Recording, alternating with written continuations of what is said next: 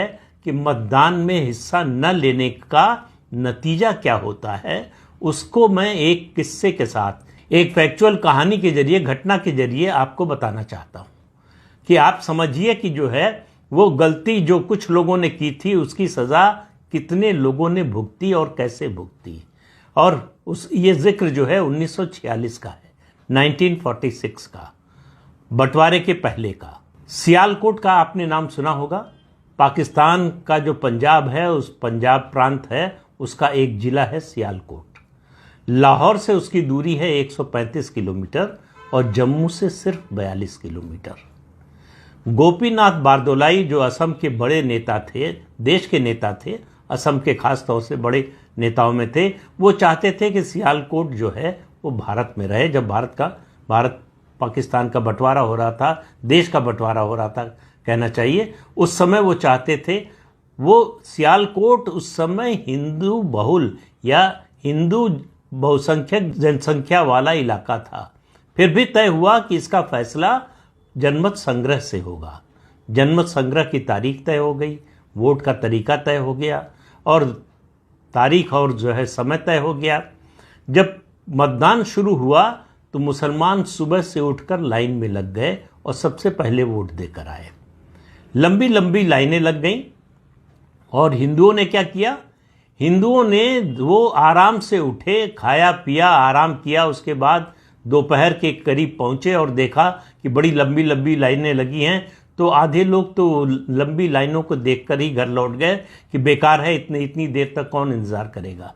फिर कुछ लोग थे जो लाइनों को देखते रहे, इस इंतजार में थोड़ी देर खड़े रहे कि शायद ये लाइन छोटी हो जाए, शायद कम हो जाए, जल्दी वोट देने का मौका आ जाए तो वोट देकर जाएंगे। लेकिन वो भी थोड़ी देर बाद थक गए या कहिए उनको अपने आराम की याद आ गई, वो भी लाइनें छोड़कर जो है या लाइन में शामिल हुए बिना वो घर लौट गए, वोट नहीं दिया।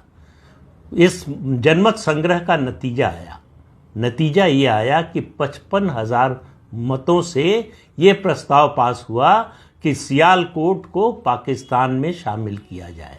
सियालकोट भारत में शामिल होते होते पाकिस्तान में चला गया। मालूम है क्यों? 1 लाख हिंदुओं ने वोट नहीं किया।